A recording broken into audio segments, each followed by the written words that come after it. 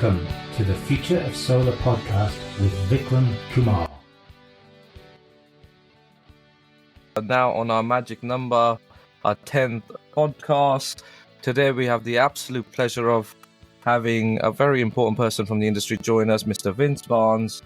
So he's an electrical engineer, a solar and battery project developer, a musician, a very senior manager from the past, a giant called Wirsol, an ex-submariner. We've had someone from the Navy. Now we've had someone from the Army. Now we've got someone from the Navy. Vince, welcome. Thank you very much, Vikram. I just hope I can live up to your big intro there. And it's always a pleasure to speak to you.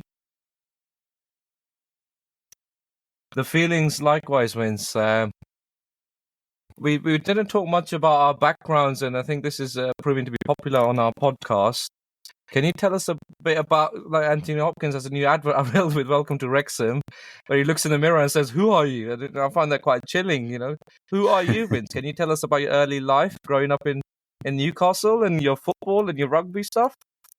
Yeah, certainly. So I was born just outside of Newcastle and in a little village, and I had a fairly normal upbringing, but I was one of those kids that when I was about 5 or 6, my mother was constantly having to come out and find me, which was always in the same place on the football field playing football with my mates, and I could play for 8, 9, 10 hours a day and not get tired. And when I went to the comprehensive, I was a goalkeeper and also a rugby player. And when I was 11, I think it was, and I used to play in goal, and I really loved it. And I had a nickname at the time of Mick Mabini. My nickname was Bean because I was tall. Well, I wasn't tall. I was just very skinny. And there was a goalkeeper playing for Newcastle at the time called Mick Mahoney, and my nickname was Mick Mabini because I was a goalkeeper and I was tall, and my nickname was Bean. So that was my football side of things until I went into the Navy. But I was also, when I was 11 and 12, I used to play rugby. And I remember once we played a game against a local comprehensive called Bladen, and they had a massive guy who I'm sure this guy wasn't 11 years old. He must have been about 15 or 16, but he was in the 11-year-old team, and he was the equivalent of Jonah Lumu when he destroyed England, and he just went through our defence like butter. And I hadn't actually had a run in with him, and then we were getting beat 42-0, and he came running, and he was running at me, and whereas everybody else was running away and not wanting to be ploughed by him, I ran for him, and he kind of did a double take. And as he came closer to me, I leapt for his legs, his ankles, and he went flying right over my head and banged his head. And after that, he wouldn't go anywhere near me. And we ended up coming back. It was 42-22 or something, 42-23. We still lost, but it wasn't by such a significant margin. So that's my rugby career. I did sort of play rugby when I was in the Navy, but not as much as football. So 42-0, it can only be rugby, right? Share with us more about this young rugby prodigy. Well, I don't really know much about him. I don't really know much about him. I just know that he was a huge. He was probably twice the height of me. I mean, when I was a kid, when I was 11 years old, I was one of the smallest in my class, and this guy was, he was very big. I was a hooker, and he was just a giant running towards the team, and even the big guys on our team were afraid of him because once he built up a momentum, challenging him, stopping him, body to body, just wasn't working. He was just plowing through everybody. And I was small, and there was no way I was going to stand up to him and just say, come on and have a go, because he would have walked right over me. And so I just went for his ankles, and, finally, I fortunately made a good tackle. clipped his ankles together, and he went flying over the top of me. Thankfully, he didn't land on me. Otherwise, I'd probably not be here today to tell the tale. But as I said, as a prodigy, I really don't know anything about him. Just that he was big and fast, just like John Alumu. But it speaks a lot of your character, because I'm a Sunday league coach for my sons under 13s, and often we come across a big guy who walks through the whole team, and you can take the horse to the water, but you can't make it drink, and I very much live by that, because some of the littlest boys, they impress you and just get stuck in. Well, what inspired you to join the Navy at the age of 17, Vince, and how did your sporting interest continue during the Navy?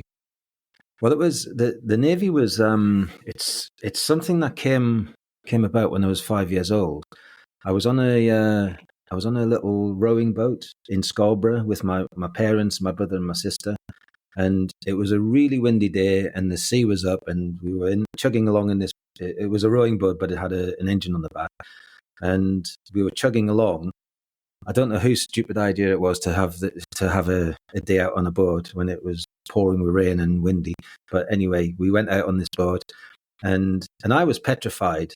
I won't deny it. I looked at the waves, and they were twice the height of me, and I thought, this boat's never going to survive. But when we got back in, I thought, I'm never ever going to be afraid like that again.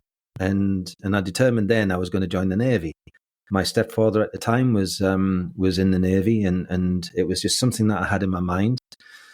And I kind of took a little bit of a wobble when I was 13. I joined the Air Training Corps. I loved flying. I wanted to be a pilot. I went to do the pilot tests, and which are quite stringent.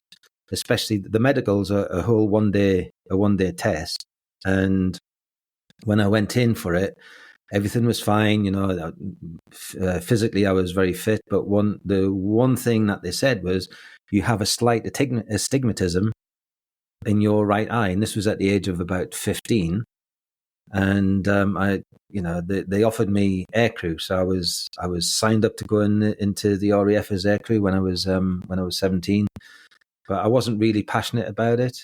And then one day I happened to be in Newcastle, in town with some friends, and we had a few beers, and we came out of Yates Wine Lodge, and right across the road from Yates Wine Lodge, which is opposite Central Station. It's not there now, but it was the Royal Naval Recruiting Office, and I thought, it would be a good idea to go in and see if I can join the Navy.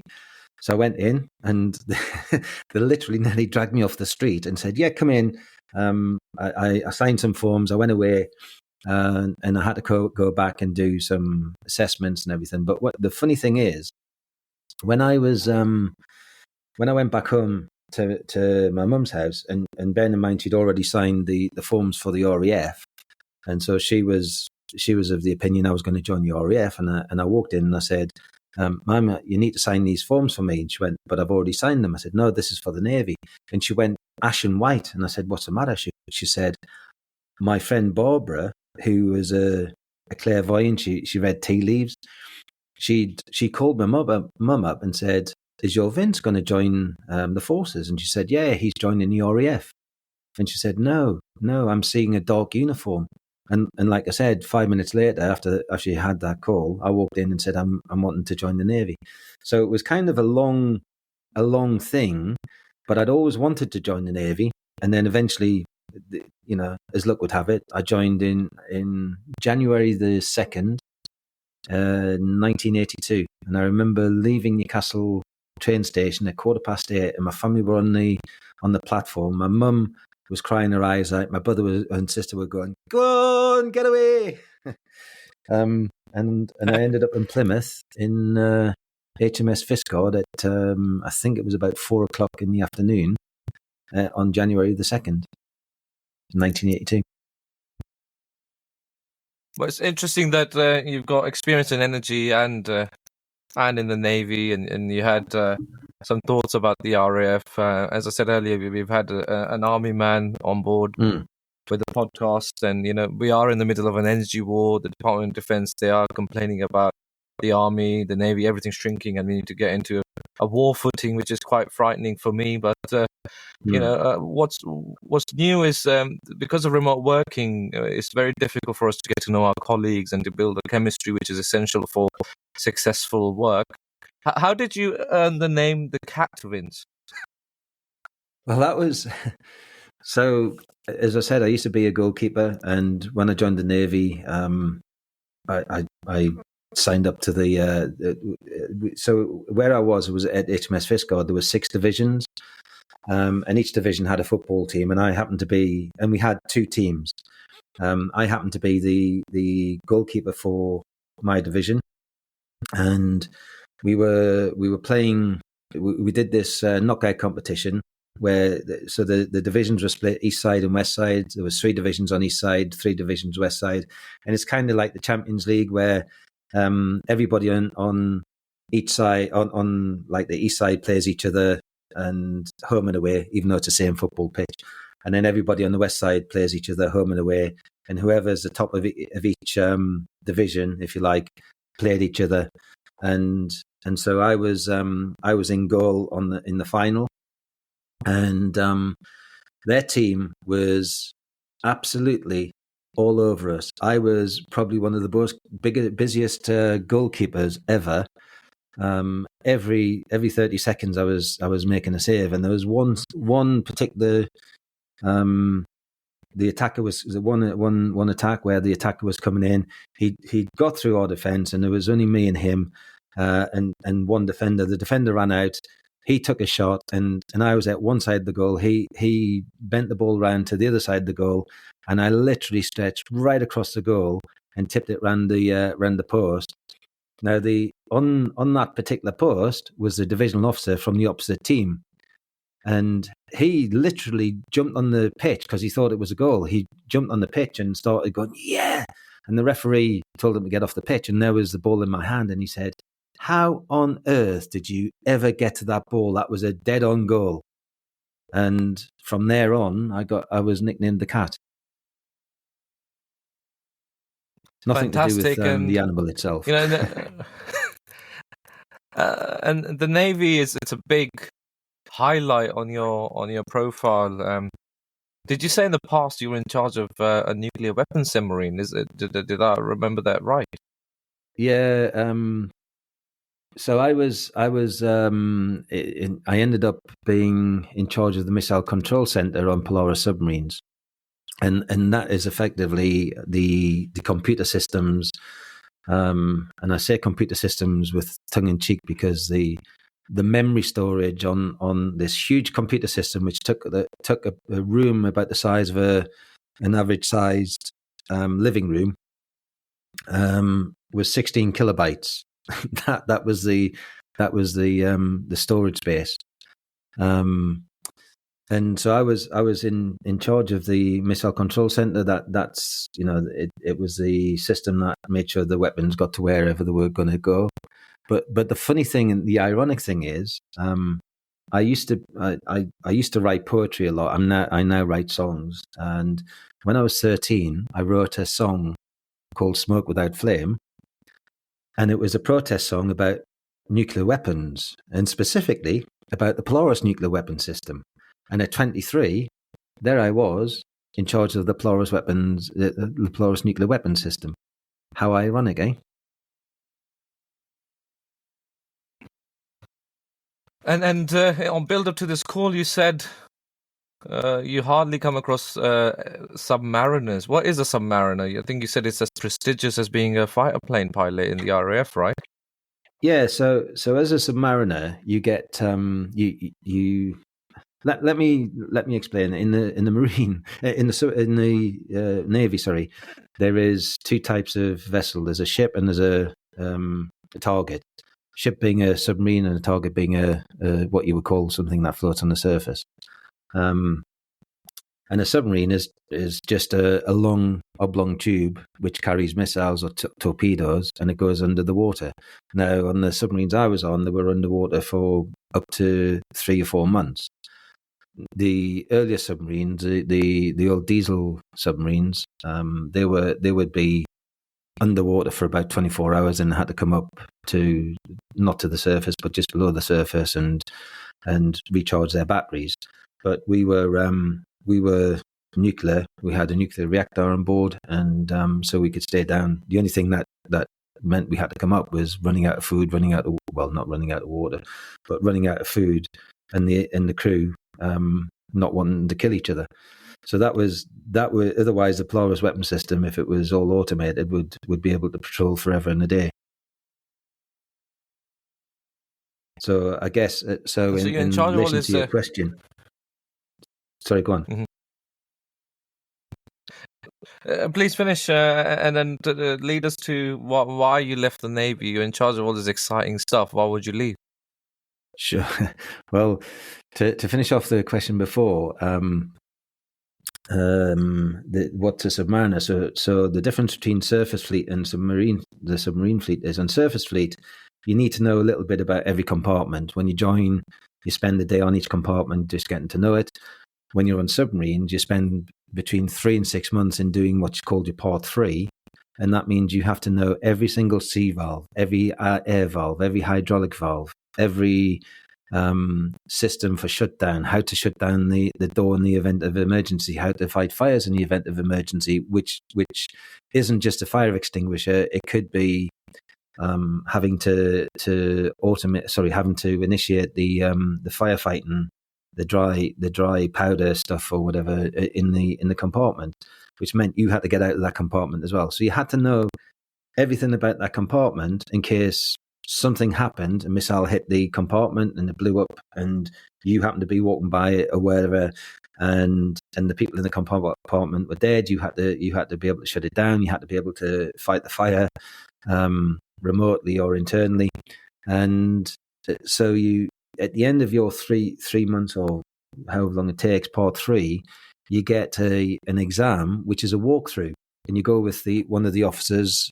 and walk through from aft to forward or forward to aft, and they will walk through with you and ask you a question. How do you shut down? There's been a hydraulic leak. How do you shut it down? Tell me about a hydraulic leak. What's the dangers? What can happen? And all that kind of thing. So when you finish your Part 3, you get what's called your dolphins, and in true naval tradition, you stand up in captain's table. He calls you forward, congratulates you, and he gives you dolphins in a tot of rum. And you're not allowed to pick the dolphins out. You have to catch them in your teeth while you're drinking the rum. And I nearly swallowed the damn things. The dolphins, it's an insignia, kind of medal you get when you've learned everything about the submarine and qualified as a submariner, right? Yeah, so if you imagine a pilot gets his wings and he sews it onto his jacket, a submariner gets his dolphins, but these were like a gold badge that you put on your uniform. And it's the same in every navy throughout the world. Submariners get the dolphins, and it's quite unique because I've met a number of when I was in the Navy and just after, when I was in the oil industry, I met a number of submariners, and there's a great amount of respect for each other. It doesn't matter what navy you were in. I met a Russian submariner once, and I met a couple of French submariners when I was in Belgium, and it's like, oh, you're a submariner? Yes. Oh, that's fantastic. You know, it doesn't matter the navy. They all have to go through the same thing, so they all know that that you've gone through what they've gone through, and it's like, you know, I take my hat off to you, sir. You've become a submariner, and that's great. So there's a big camaraderie between submariners around the world. Everybody has the respect of each other, which is a good thing, I think. And do you still have your dolphins? I probably have. They're probably at my mum's house, to be honest. Because when I left the Navy, I left everything at my mum's house, and she's probably still got them there. So I'll be coming to your birthday, so hopefully we'll get to see them then. And then why would you leave this exciting environment to go join the oil and gas industry? You mentioned to me in the past you did hydrographic survey engineering. What is a hydrographic survey? And why did you leave the Navy? Well, I'll answer the second question first. A hydrographic survey engineer is just somebody who who is an engineer who sets up, installs equipment on, say, a lay barge or a tug, and we will do sonar scanning of the seabed to find routes through for gas pipelines or oil pipelines. Or if we're laying a pipeline, then we'll be on a pipe lay barge, and I'll be in charge of the navigation equipment to make sure that the pipeline is laid in exactly where it's meant to be laid. So that's what a hydrographic survey engineer is. Why did I leave the Navy? Well, basically because it put me in submarines, and I joined the Navy to see the world, and I wasn't getting to see the world. So after I was in the Navy for 9 years, I was 4 years on submarines, 5 years as an apprentice, and I was on surface ships for about a year and a half in that time. And I just thought, this isn't for me.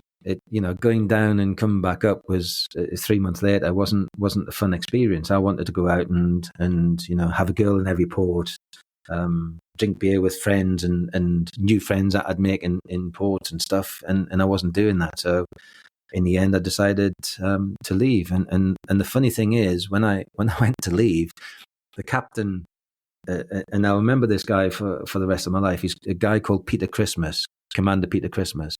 And he was a lovely guy, really lovely gentleman. And, he knew there was 140 crew members on board the submarine, and he knew the name of every single one of them.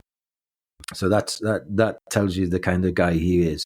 And when I went to the captain's table to put my my request in to leave the Navy, he said, "Why do you want to leave the Navy?" And I said, "Well, I joined the Navy to see the world, sir, and I'm not getting to see it." And he laughed and he said, "Well, the next time we go on patrol, why don't you come up to the control room and I'll put the periscope up for you?" And I said, that's not quite the view of the world that I had in mind, to be honest. But isn't it ironic? Was the submarine docked, or was it actually sailing for 3 months under the oceans and the seas, and you were actually traveling around the world but not actually seeing it? Did I understand that well? Yeah, we were traveling around. We were going thousands and thousands of miles, but I wasn't actually getting to.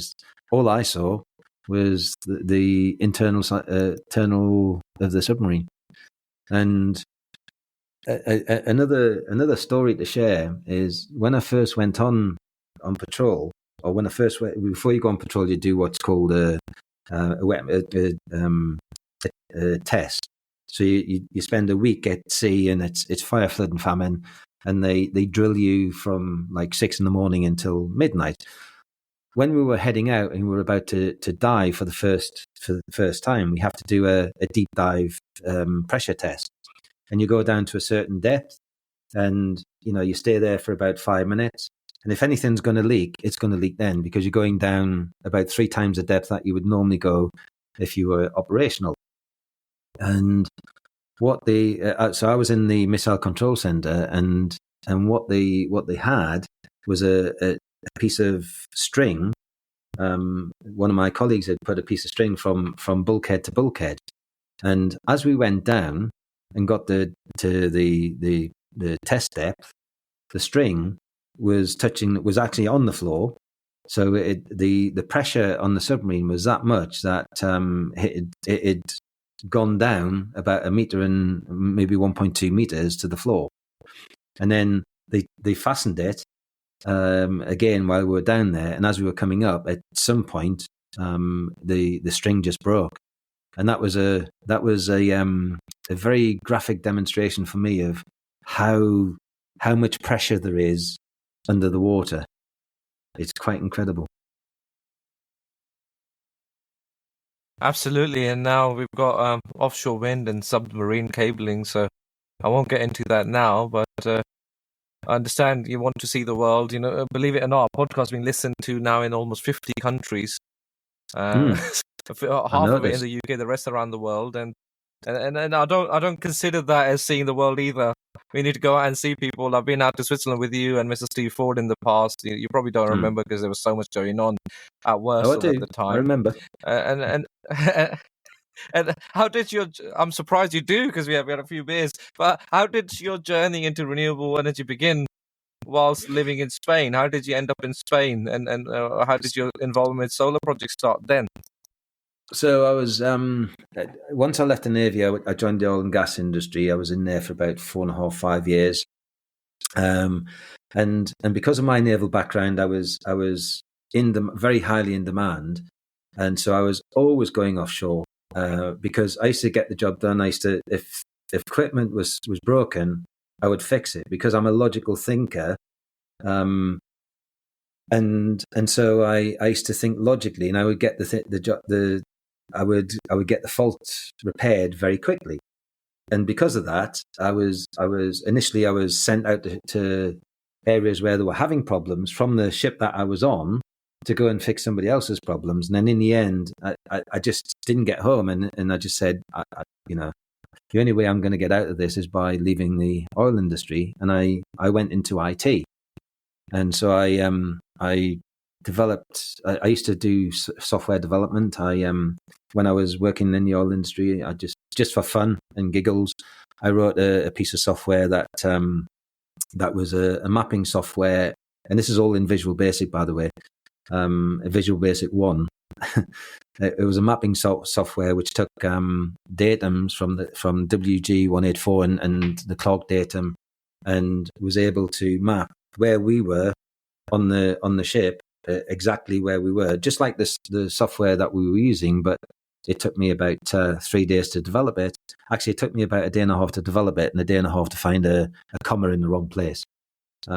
But so when I came out of the oil industry, I went into IT, and when in 2002, I think it was, I moved to Spain, and I maintained my thing in IT, and at the time the internet was a big thing. We just had the .com boom and bubble, the .com bubble and bust, and so I was developing websites, I was developing back-end systems, and I ended up in the village I was working in, or living in, sorry, a little place called Playa de Piles in the Valencia region.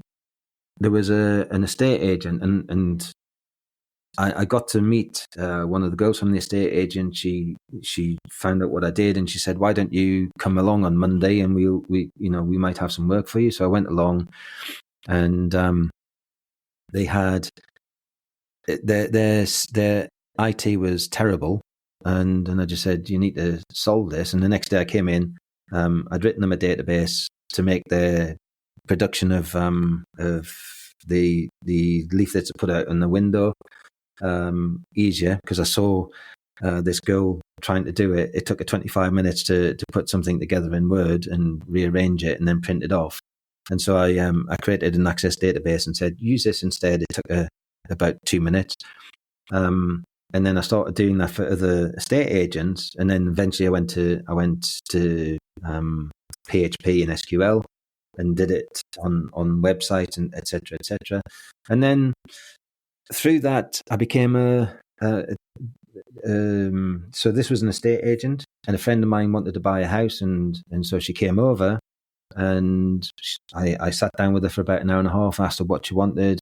The next day I went back to the office. I brought 3 or 4 properties, the details of 3 or 4 properties, and put the one that I thought she would go for on the top, and she loved it. And when she bought it, the guy from the estate agency give me 1,500 euros, and I was like, "What's this for?" He said, "For selling a house." And I went, "That's more than you've paid me in the past month. I'm going to change careers." So I became not an estate agent. I was more of a buyer's agent and a property developer out there. And then from that, this was in 2002, 2003. In 2006, I was working for myself as a buyer's agent, and I met a guy out there who was looking for a large plot of land. 1,500 square meter plot of land with the permission to build 200 square meters.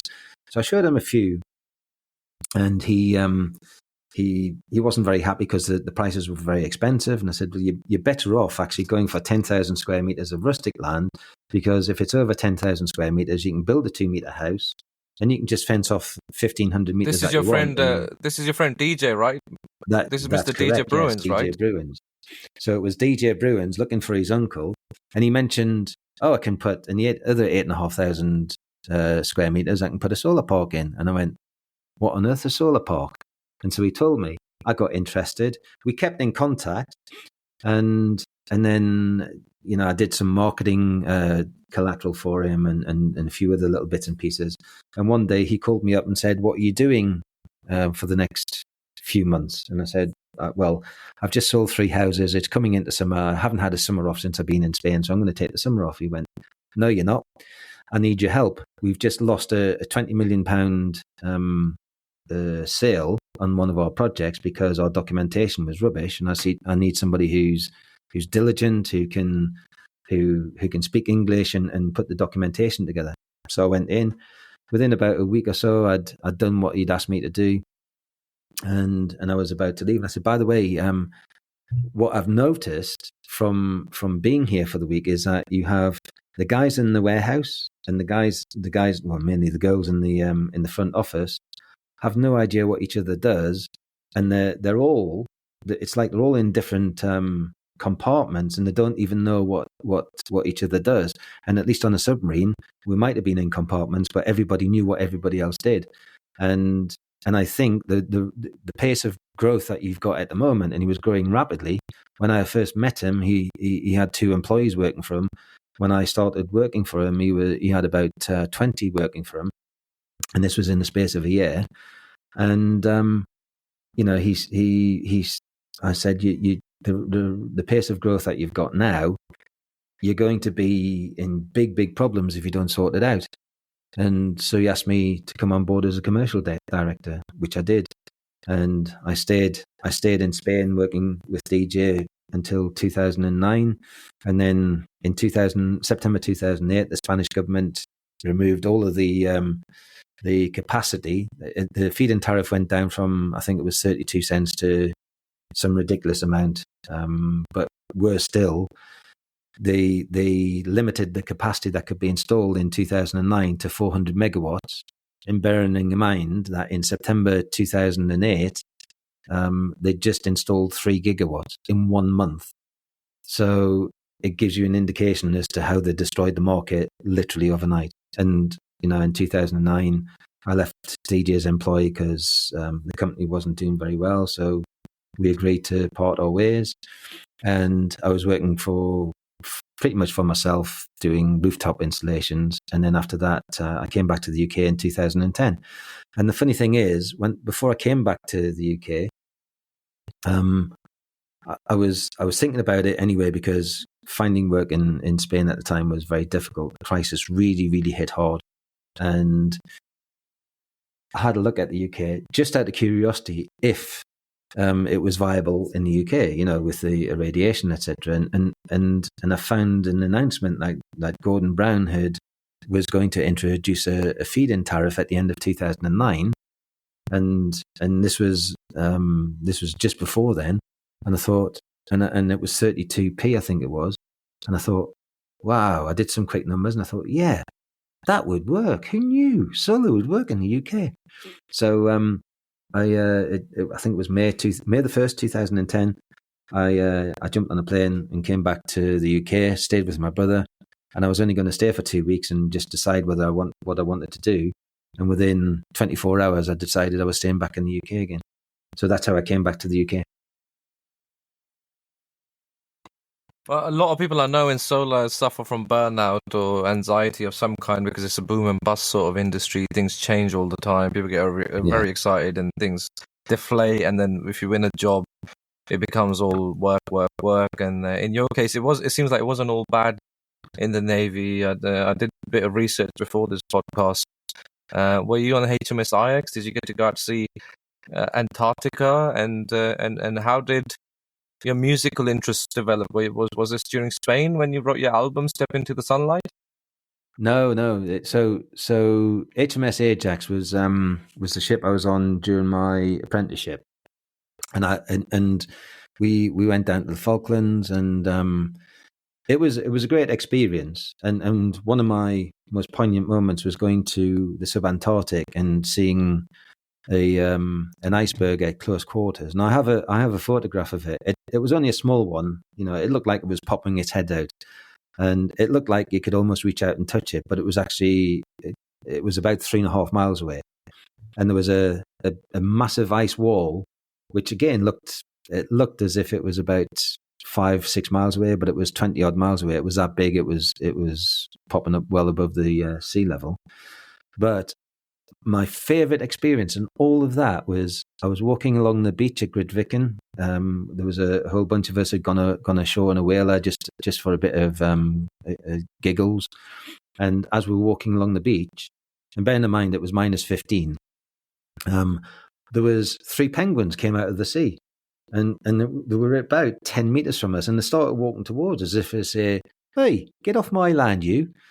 And I found it quite incredible. And I took my camera out, and I started walking towards these penguins, and they all turned away, and they were waddling down to the water. But when they hit the water, they were like torpedoes. They just shot through that water. Anyway, one of them came back. He was obviously very curious. And when I took my photograph out, my camera out again, I started walking towards him, and I have this brilliant photograph of him. And it's like he's flying on the beach. His wings are spread out, and he's running down as fast as his feet could carry him. And it's one of my most treasured moments. I will probably never experience meeting a penguin in its natural habitat ever again. And it was just incredible. The scenery was breathtaking. There was a mountain drop behind us. There was icebergs all around us, and just incredible. The most amazing experience. Fantastic. So it's football polluting my brain. It's not HMS Ajax. It's HMS Ajax. Yes. And your musical interest, did that start in the UK later on, or It started in the UK. Experience of performing live? Yeah, I mean, when I was on the submarine, I was playing. We had a band on the submarine, and which isn't a very good thing because you make a lot of noise on the submarine. It can be heard for miles to listening sonar. But we were in safe places, so we could play, and I really enjoyed it. I used to play bass at the time, and we went away on one trip, and I bought this Tascam Porter Studio, which meant I could record 4 tracks onto a cassette tape. Remember them? Probably if there's anybody younger than 40 thinking, what on earth is a cassette tape? But anyway. So I started writing songs, and I wrote one which I actually released in 2017, but I wrote it in 1988, and it was when we were meant to be coming home for Christmas, and we got told that we were going to be staying out for 2 extra weeks. So I wrote this song, and it was kind of an angry song, and then all of a sudden we were told that we were actually coming in 5 days' time, just in time for Christmas. And I wrote the song called I'll Be Home for Christmas Day. So I've always written poetry or songs since I was about 11, 12. I've just had a fascination with rhyme and with words. And whilst I was in the Navy, I wrote quite a few songs. I probably had about 150, some of which I got recorded, but most of them I didn't. And over the years, I've kind of, written songs, but just before I moved out to Spain, there was a friend of mine who we went out to the local pub, and the local pub were doing something called an open mic. Well, I'd never come across an open mic night before, and this guy was up there, and his girlfriend was going around asking everybody if they played, and I was just shrinking to the bar and drinking my beer, and my mate turned around and said, "Yeah, he does. He plays music. He writes and sings." And I'm going, "No, I don't. Nobody wants to listen to my music. They all want to listen to covers." Anyway, she persuaded me to get up and play, and I was with a group of friends, and I got up and played a couple of my songs, and the response was incredible. I don't know whether it was because we were friends and they were just being supportive, but the rest of the audience as well started clapping, and this was just before I went out to Spain. When I went out to Spain in 2002, where my apartment was, there was a bar right in front of me, I got to know the owner very, very well, probably through spending all my waking hours in there when I wasn't working. And there was on my birthday, which is in May, I'd invited a few people over from the UK, and there was a few, I had a bit of family there, and a few friends that I'd made. And so I had this birthday party on my terrace, which was quite a big terrace in my apartment. And so I had all my music gear set up, and I played live, just me and my guitar. And the guy across the bar from the other, Francois, was standing outside the bar listening. And when I'd finished and put everything away and everything, and the next day I went down to the pub, and he said, "Why don't you play in here?" I'm like, "Oh no, I only know those 10 songs." He said, "It doesn't matter. Come down on Friday and play." So I went down on the Friday, and I played the 10 songs that I knew twice, because otherwise it would have been a very short concert. And this guy came up to me and said, "Do you know the Beatles' Let It Be?" And I said, "I don't know it now, but if you come back on next Friday, I'll learn it for you." And then a couple of other people asked for songs as well. So I did those 3, and I learned a couple more. So I did 15, repeated them twice. So I was playing for 2 and a bit hours. And they were enamored with it, because I'd actually taken the time to learn the songs and played for them their favorite songs. And it kept building up like that. And then I think it was in 2006, 2007, I wrote this song called "Dance With Me," which you've heard played live, by the way. And I have tea, coffee, or something. It was. No, Tea, Coffee or Something was a lot later. "Dance With Me" was the first song that I ever had properly professionally recorded, and it was there was a local radio station in near where I lived, in a place called Javier, called Coast FM, and there was a guy on there called Bob James. And I cheekily sent this letter to him saying, "I'm the man sitting in the bins outside knocking on your window when it's cold, and but I'm also launching a single called Dance With Me." And he got back in touch with me. He phoned me up and said, "Have you spoken to anybody else about this?" And I was like, "No."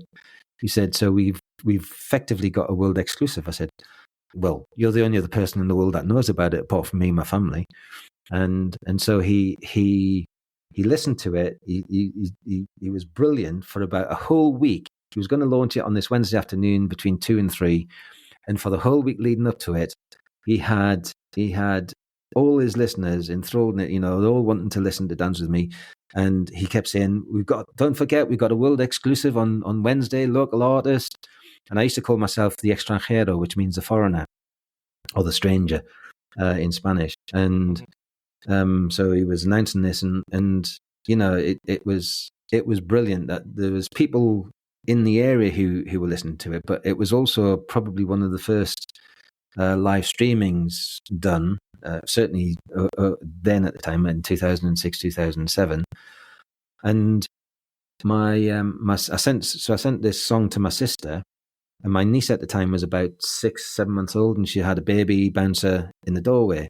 And my sister was playing Dance With Me in the background, and she sent me a link on YouTube. I didn't even know what YouTube was at the time. And so I listened to it, and I saw Jasmine bobbing up and down in a baby bouncer and to Dance With Me. And to this day, and the last time I seen Jasmine was about a week ago when I was down south, and she told me then that in spite of all of the Taylor Swift and Harry Styles and Bruno Mars that she was into at the time, that her favourite song of all time is Dance With Me, which I'm really pleased with, really, really chuffed with. So Fantastic. After that, sorry, go on. You've got, so if I manage to keep up a bit, I think I heard you say you wrote 150 songs in the Navy. You're a goldmine of creativity. I was referring Tea, Coffee, and Something as the gig that you did for homeless shelters in Portsmouth. Yeah. So I did hear a few of your songs then. And then please finish on your music, and if you've got links, please share with me, and I'll include in your podcast description. which will be on the Future of Solar Photovoltaic website. And, the amount of people I've seen crash and burn and have a burnout, it's important to have an hobby. It's important to do something else outside of work. So please finish your train of thought on music and then moving into smart energy solutions. I would like to talk to you about that as well. Okay. So I'll make it very quick. So I decided, as I said, I was going to move back to England from Spain in 2010. And part of the driver for that was the music, because I was playing in a band in Spain, and the musicians were very flaky, and I thought this can't be the same in England. So I'm definitely going to move back to England, and it'll be much easier there. So when I went back to England, I had this drive for. I have a dream, and that's literally the name of a song that I wrote as well. And it started in 1994 when I went to see the Eagles live on stage, and I was looking at the crowd, and it was very eclectic. There was an old lady beside me and her granddaughter. There was a couple of yuppies. There was loads and loads of hippies. There was people just like me dressed in jeans and t-shirt. There was every kind of person from every walk of life, and they started when the band were playing. It was great. Everybody was singing. It was just enjoying themselves, and then they started playing Lying Eyes, and as soon as the words started, it was like everybody had been told by somebody that you have to sing along to it, because the whole stadium, and this was at Wembley, just sang to Lying Eyes. And at the time, that was one of my favourite songs. It brought the hairs up on the back of my neck, and I just thought this must be the most amazing experience as a songwriter to sing their songs in front of an audience. And so that was when my dream was born, and that's what I was following when you saw us in 2017. And exactly. Tea Coffee or Something was written in 2016, and it was a guy that I met on the street, and he asked me if I had any change, which I didn't, and it was 11:15 at night, and I said, but he was sitting outside of Sainsbury's. I said, I'll buy you a tea or a coffee or something. And he said, if you wouldn't mind, I'll have a sandwich and a pint of milk. So I did. I sat down with him on the street. I think it was February. It was freezing cold, but I thought, well, if he can hack it, so can I. So I sat down and talked with him for half an hour. Started bumping into him for quite a lot. And we became friends. He became a friend of the band. He became a bit of a roadie. Helping us out every now and again, and he loved coming to the studio watching us play. And then I tried to do something for homeless people. I wanted to do something and make a difference, and tried to get him off the street, but he'd been on so long that he just wasn't interested. And that's what I found with a lot of homeless people who'd been on the streets for a long time. They don't really know how to cope with the real world, or with their real world is a lot different to ours, obviously. And so I'd written this song about him, and I got it recorded, and it was on May the 5th. My birthday seems to come up quite a lot here, doesn't it? Anyway, May the 5th in 2017. May the 5th be with you. Yeah, we played in Portsmouth Guildhall, and you and a few. I think it was your brother, your wife, and David, and from DK Cables, and his wife, and a couple of others.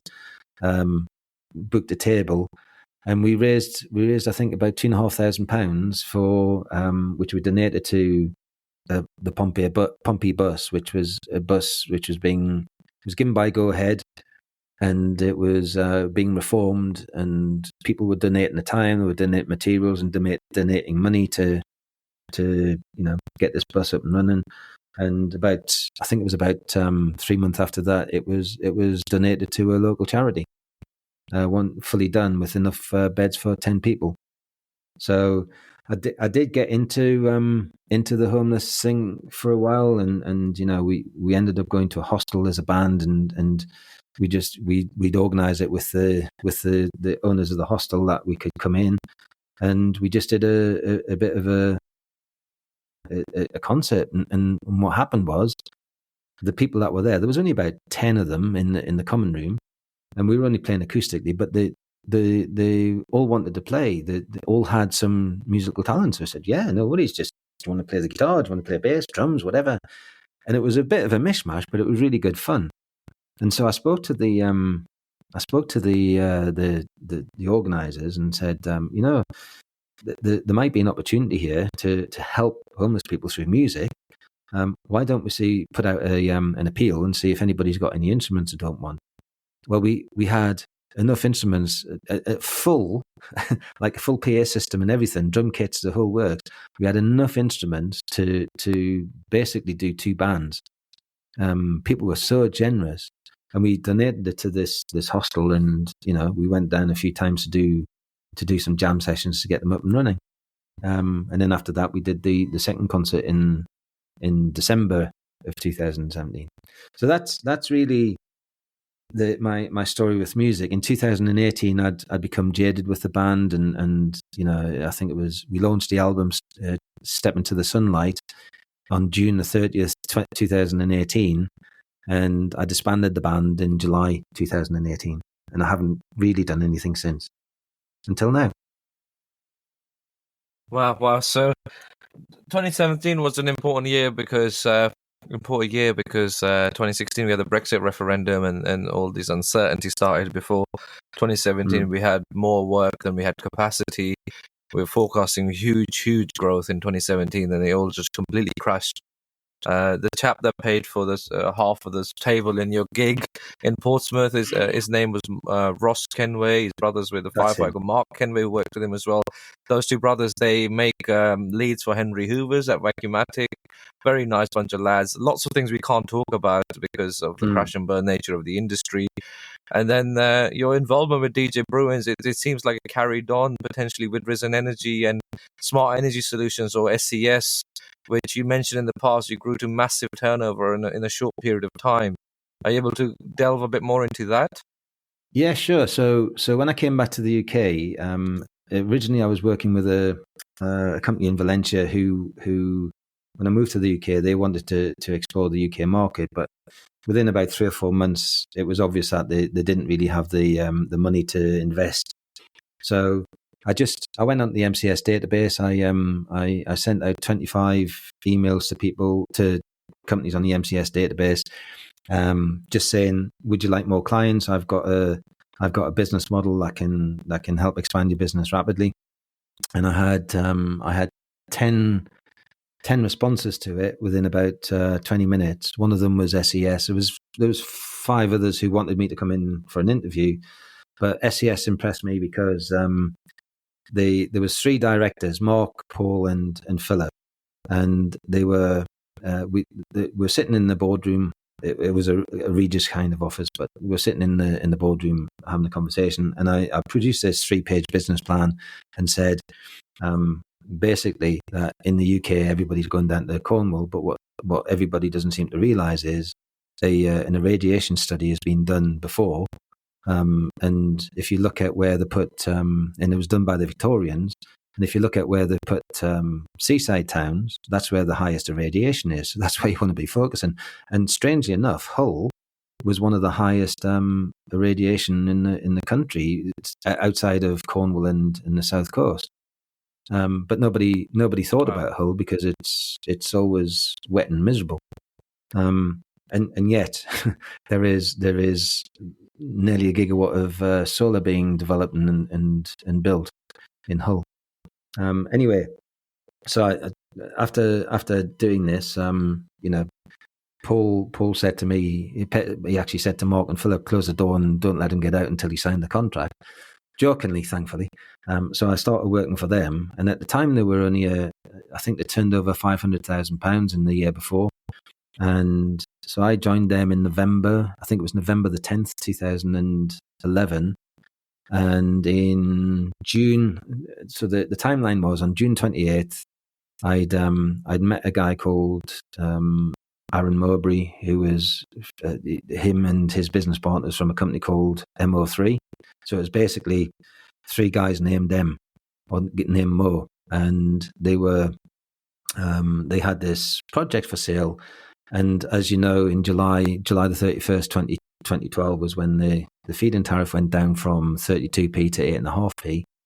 And they had this this site, which was effectively worthless because nobody wanted to buy it. It was only 4 weeks away from the feed-in tariff end.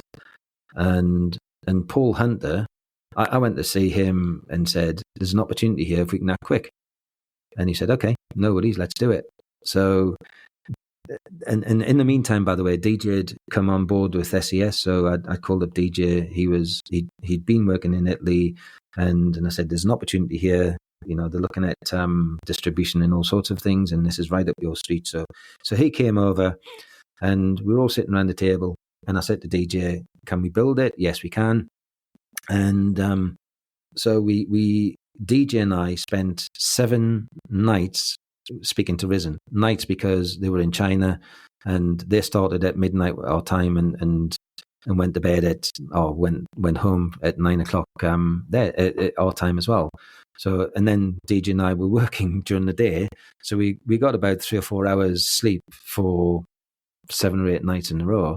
But in that week, we'd managed to secure agreement and then secure the funding, and the contracts were signed on July the 15th, which is a Friday. And I remember being on site with a guy called Brian Butler from Western Power Distribution, and he said, there's absolutely no way on this earth you are going to build a solar park in 2 weeks.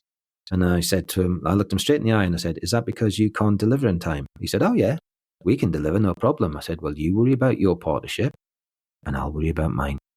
And then 10 days later, on July the 28th, he came on site to connect up, and he said, I don't know how, but have you gone and built a 5 megawatt solar park in 10 days? And I said, it's because we had to. There was no what happens if, and I got that question on site quite a lot of times. What happens if we don't make it? Well, you don't have a job, so keep working. And we did it in spite of everything. We did it, and that was a project to pull together, because in 4 weeks you have to do. Fortunately, we managed to find a transformer that GE had that they'd been let down on, and there was lots of things like that happened, and everything just clicked into place. So there was a lot of luck as well, because it's almost impossible even now to pull a solar park together, even as small as 5 megawatts nowadays, in a month, and get it fully funded. So that's probably one of my greatest achievements. A lot of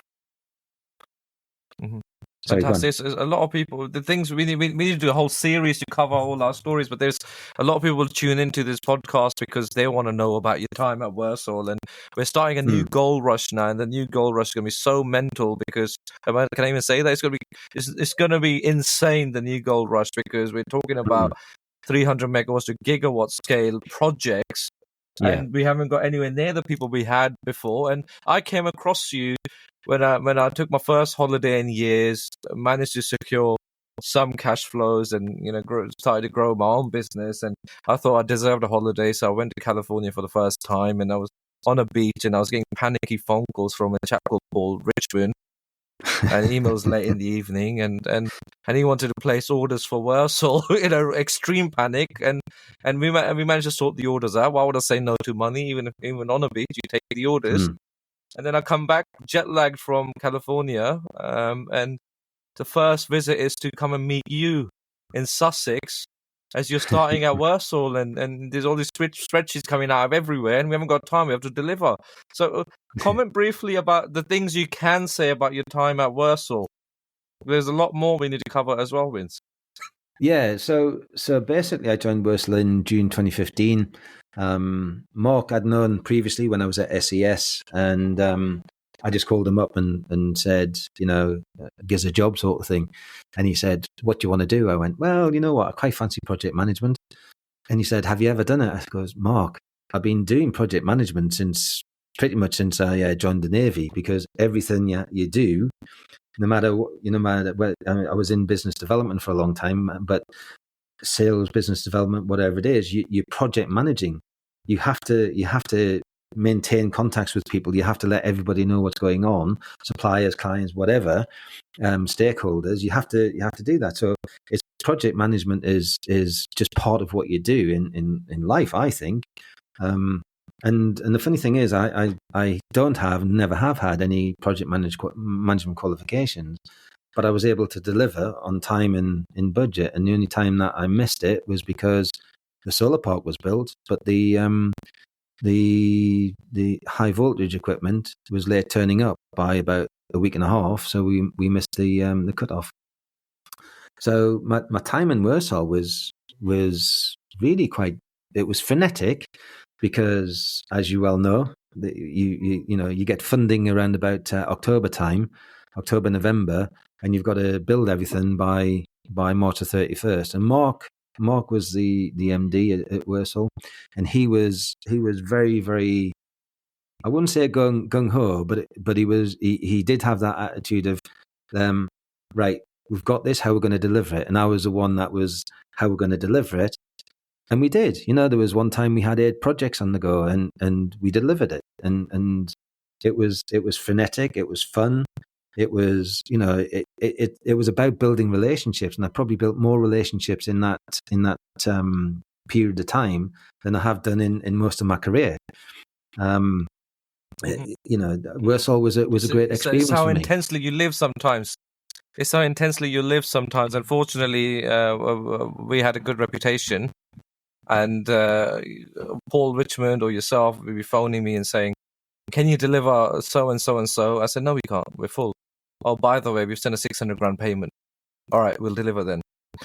and so it was a crazy intense period, and a lot of it's still not unpacked. I've got Google Maps of the places I've been and the projects we've delivered to, but it wasn't without its challenges. But even then, compared to what we've gone through with the COVID and Ukraine energy crisis and people just going missing from the industry, it was a good time. And now we get to challenges in the industry. What were some of the significant challenges you faced while working in solar, or still working in solar and batteries, and how do you think we can overcome them?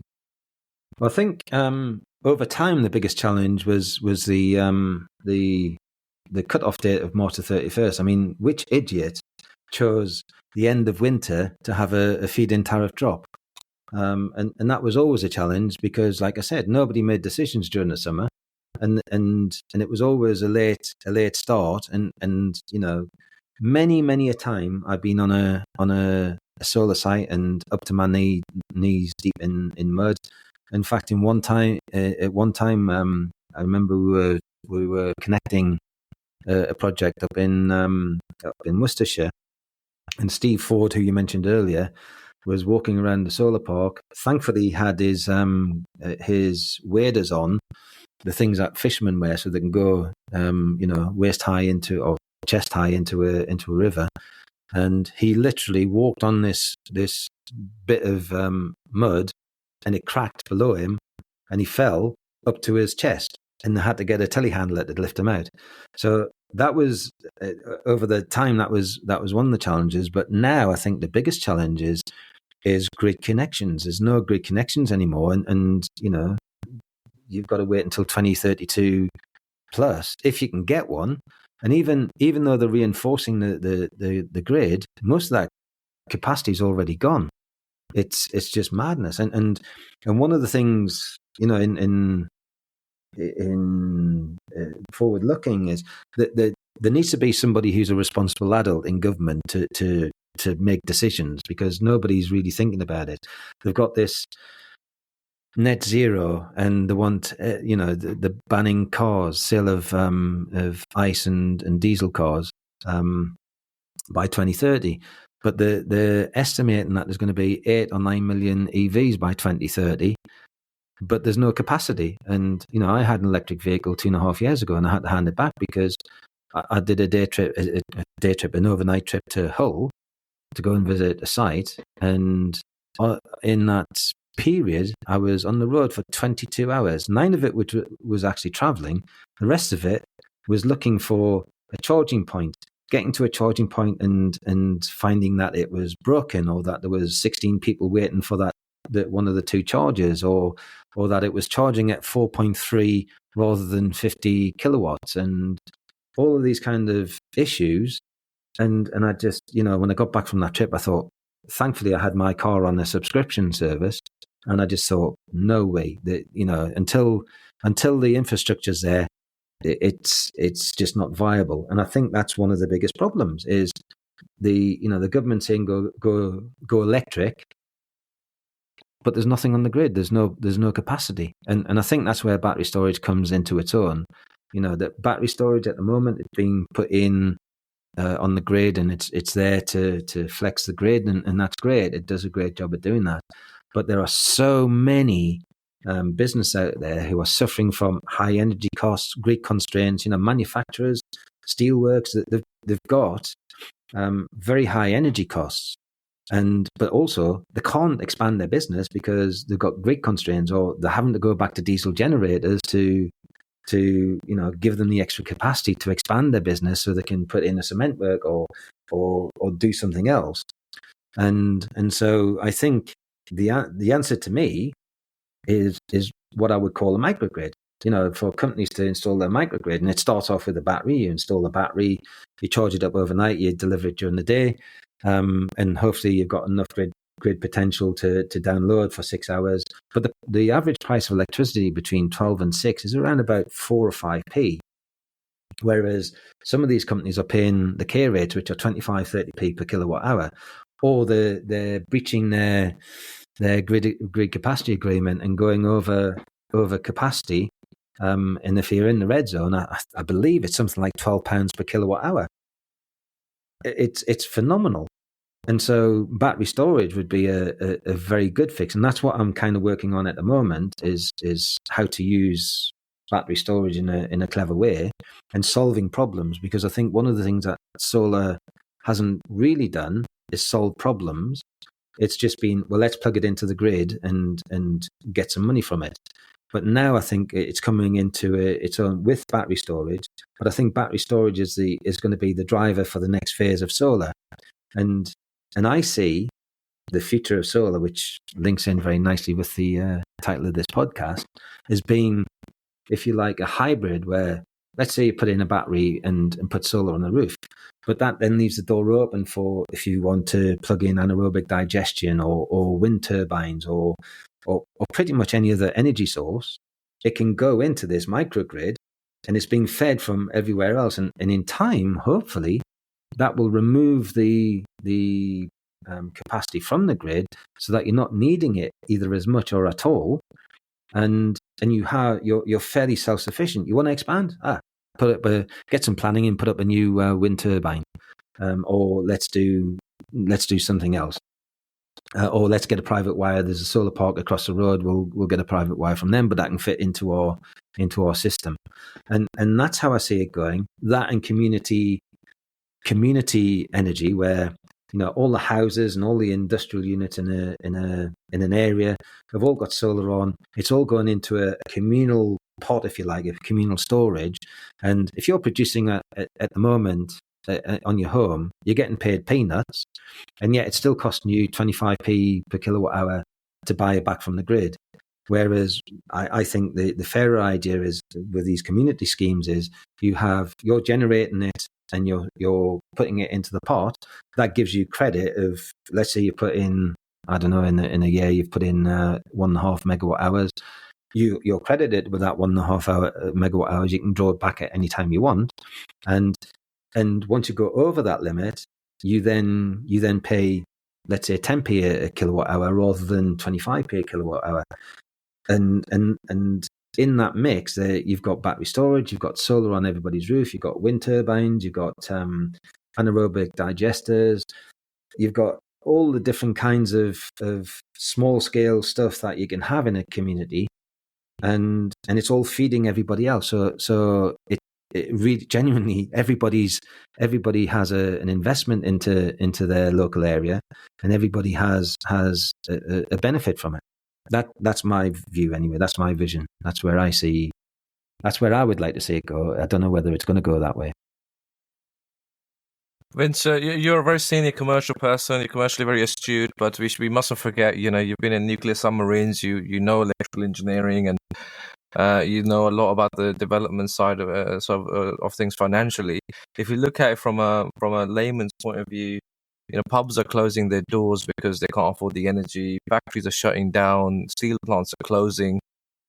because of net zero. There seems to be complete failure in regulation from the government. I've spoken to taxi drivers in London. They're saying they can't fund their EV because the finance payments are too much, the interest rates going up, and the charging going up in some places up to 50 or 80 pence a kilowatt hour, which seems absolutely maddening for me.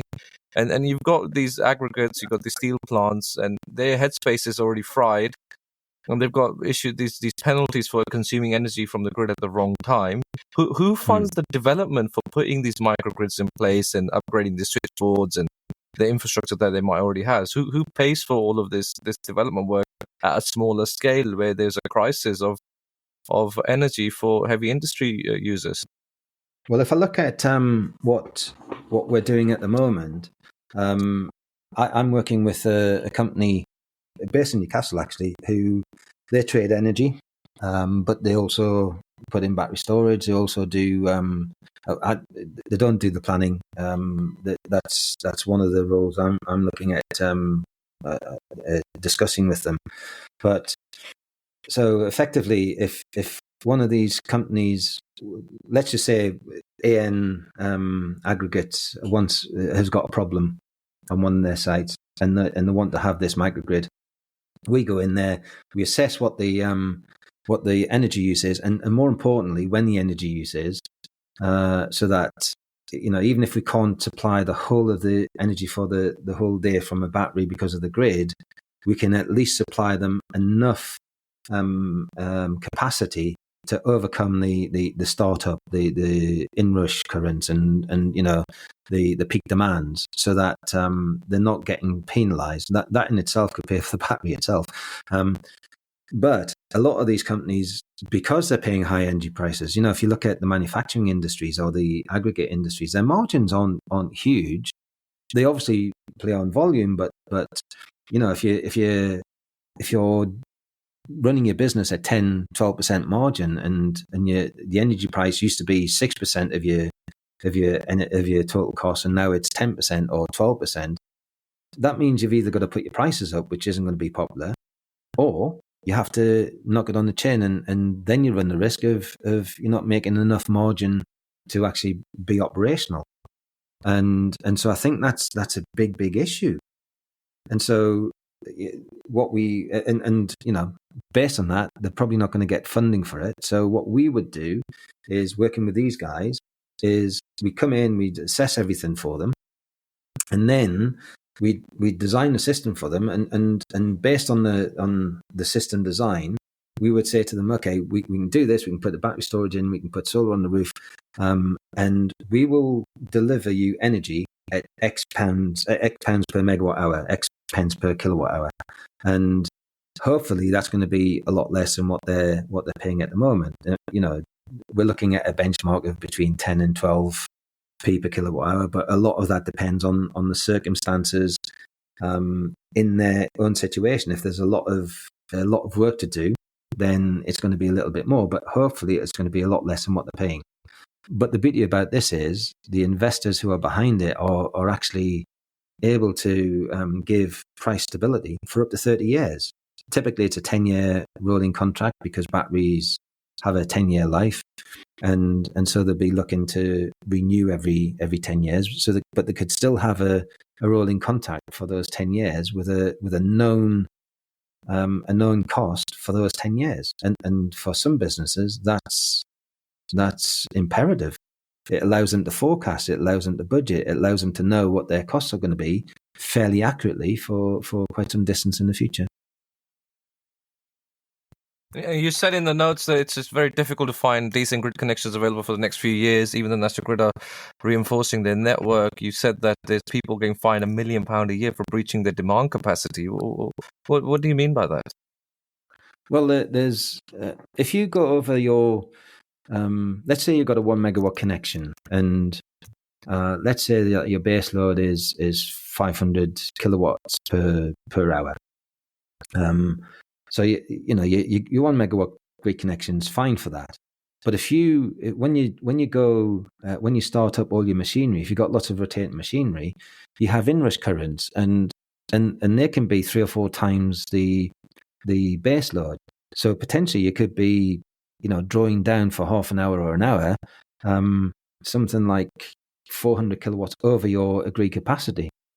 And the problem there is if you're doing it during the peak time, so if you're starting up at 7 o'clock, that's actually a peak time, you're in the red zone. So you're paying £12 per kilowatt hour that you use during that period. Plus you're getting fined an additional fine on top of that. So in this one instance, that example that you mentioned, they're getting fined around about £1 million a year just for breaching their contract. So if you put a battery storage in just to cope with that initial inrush, and that would be probably about a 1 megawatt hour battery. That would save them £1 million a year. It would pay for itself in less than a year, well, half a year. It's a no-brainer, and this is what I mean by the penalties. The penalties on the grid are getting higher and higher. But worse still is that now a lot of the grid operators, because they're getting very, very close to the thermal runaway currents, they're actually stopping companies from going over. They're just saying, no, you can't have it. If you go over, we'll stop you. We'll cut you off. And that's probably even more potentially damaging to a business, because if you're starting up and then all of a sudden your machinery goes off, then that's a big problem for you, because you've got to start all again from scratch, or you've got a slow start, and that can take 2 hours rather than 40 minutes or so. Fantastic. This podcast started off as a bit of fun between myself and Mr. Matthew Zanakis from JS Solar. He comes from Zimbabwe. He taught me something very fascinating, which is anyone with the name Kiss in the end is from the island of Crete, famous for Zeus. So to more light-hearted subjects, we need to come back to these heavy topics, the problems, the crisis that's being faced by small and medium-sized businesses. And hopefully we can find a way out of it. Hopefully you're still in touch with Mr. Mark Hogan, who is a very well-respected and senior figure. I believe he started Boom, and more lightheartedly, you own a pub, I guess, with your brother. And as we meet up in this pub in the future, are you able to tell us how you think the future of the battery and solar technologies can evolve? We've got precious metals in these batteries that could be toxifying landscapes during mining. How do you see the future of precious metals and the compounds and the alloys we might need for all this solar and battery technology? Well, there's obviously new technology coming out, and I believe Tesla announced last week sometime, and for the life of me, I can't remember the name of the battery technology, but it's lithium something, and it gets rid of the magnesium, the cobalt, and the nickel. And it charges, the energy density is higher, and it's with, I think Elon Musk announced that on one full charge, he replaced the battery in a typical Tesla, and instead of going 310 miles, it went 730 miles. So it's more than double the energy density. So I think, and that's just today. In 2 years' time, battery technology comes on in fits and starts, but when it goes big time. And there's other technologies out there. There's perovskite. They're developing that into such that the efficiency of solar panels will go up with that. And that's going to have a big impact, because I think at the moment the theoretical maximum of a solar panel with monocrystalline is, off the top of my head, around about 30%. I can't remember the exact figure, but it's around about 30%, whereas perovskite is a lot higher, approaching 45-50%. So that's going to make a difference, because with the same size field you can get in 50% more, so you can get more power out. But we still have the problem, the issue with the grid, of course. And then that comes down to different storage technologies, battery, or dare I say it, hydrogen. And at the moment, hydrogen isn't ultimately viable, because to convert 1 kilowatt of electricity into hydrogen, you lose 30% on the input and output. But there are other technologies out there that are doing electrolysis in a different way.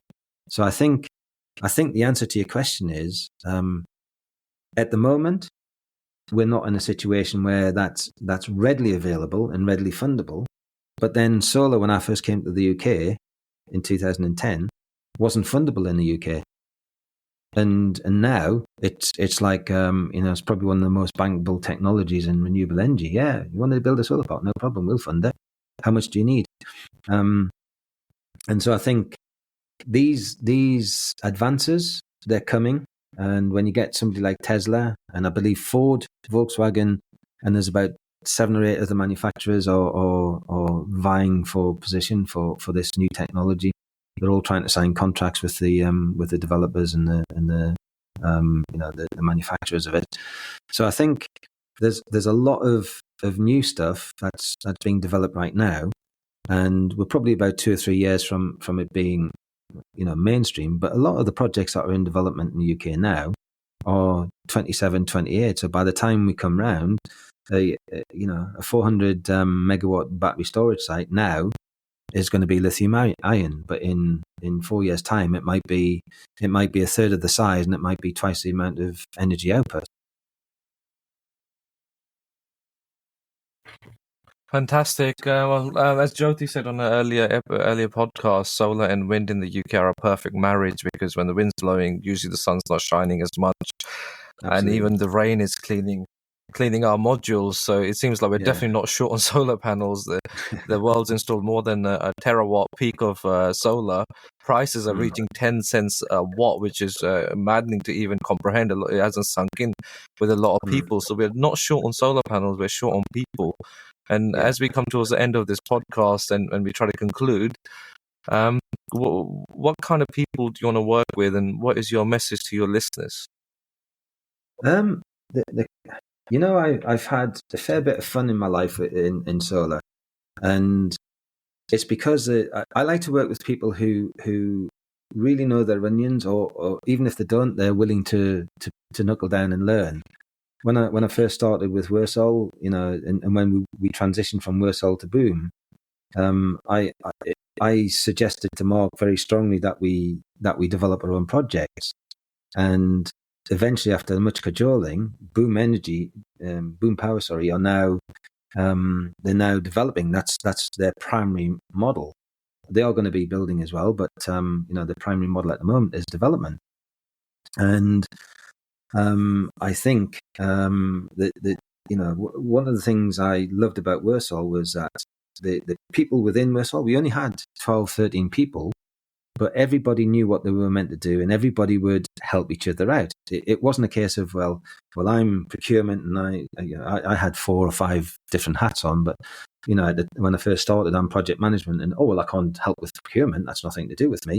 No, there was only, as you said, Paul Richards, and he needed help, so I looked in. And then when Wirsol became Boom, and we were going to be doing development, nobody in that team had any knowledge at all about building a solar park, let alone developing it. And we all sat down and we thought, okay, how are we going to do this? We muddled through it. We looked at how it had to be done, and we built the process. And I think Boom Power is probably one of the best developers in terms of their documentation that I've seen, and it's all down to a lady called Sarah. Sarah is absolutely magic. She is so diligent, and then you look at Ed, who when he joined Boom Power, or actually joined Wirsol, he was just out of university. He'd had a couple of jobs in bars and stuff, but he came on board, and he was willing to learn, and he was put under my wing, and he learned how to develop, and now he's one of the development team in Boom Power, loving it. And then there's Sam Smith, who was in procurement. He was Paul Richards' underling, and when Paul left, I took over Paul's role, and Sam was under me, and he was keen to learn. He learned. And now he's gone from being procurement to design. He's learned how to design, and I love that idea that there's, as Mark Hogan says, it's lovely to have the grey-haired people like me and you and Andrew Andrew's the accountant, who have a safe pair of hands, who've got the knowledge, who know what they're doing. But it's also great to have fresh ideas, fresh people coming in, because I don't know it all, and I will learn from Sam Smith was I think he was 17 when he joined Wirsol. I think he's 24, 25 now. But how many 24, 25-year-olds are in charge of a procurement department in a fairly major developer? And I love that idea that there's a mix of fresh talent who come through, who are willing to learn. That for me, every day I learn something new, and I will learn from anybody. Even a 3-year-old child can show you something that you maybe forgotten or didn't know, and you have to be open to learning. So when I work with people, I want to work with people who are that open-minded, open communication, and just have that attitude of, let's see how we're going to do this and let's get the job done. I love that spirit of, if you like, the pioneering spirit. Yeah, we've got this project. How we're going to build it? We'll work it out. Don't worry. Let's just take it on. That's the kind of people I want to work with. It's the environment that you create. I mentioned Soul Century a lot, probably Wirsol not enough. And to me, yourself and people like Ben Hogan and Steve Ford and Ian Fudge are Wirsol, and because there's lack of toxicity, people enjoy visiting you when you would need any little thing or even a general conversation about new inverters or whatever.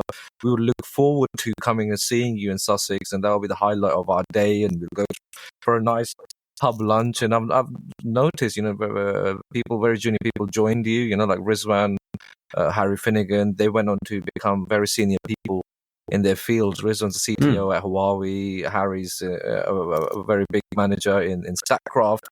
And so that's what seems to be missing on certain other environments. When there is blame culture and toxicity, you tend to have people arguing, but your magic ingredient seems to be the positive environment you tend to nurture. And I certainly have enjoyed working with you. I've enjoyed listening to you on this podcast, and I hope to listen back and reflect on some of the things you've said and have you back on in the very near future. Absolutely, and maybe next time I will play the guitar and sing. Fantastic, Vince. Thanks very much for joining us. Thank you very much, Vikram. It's been an absolute pleasure as always.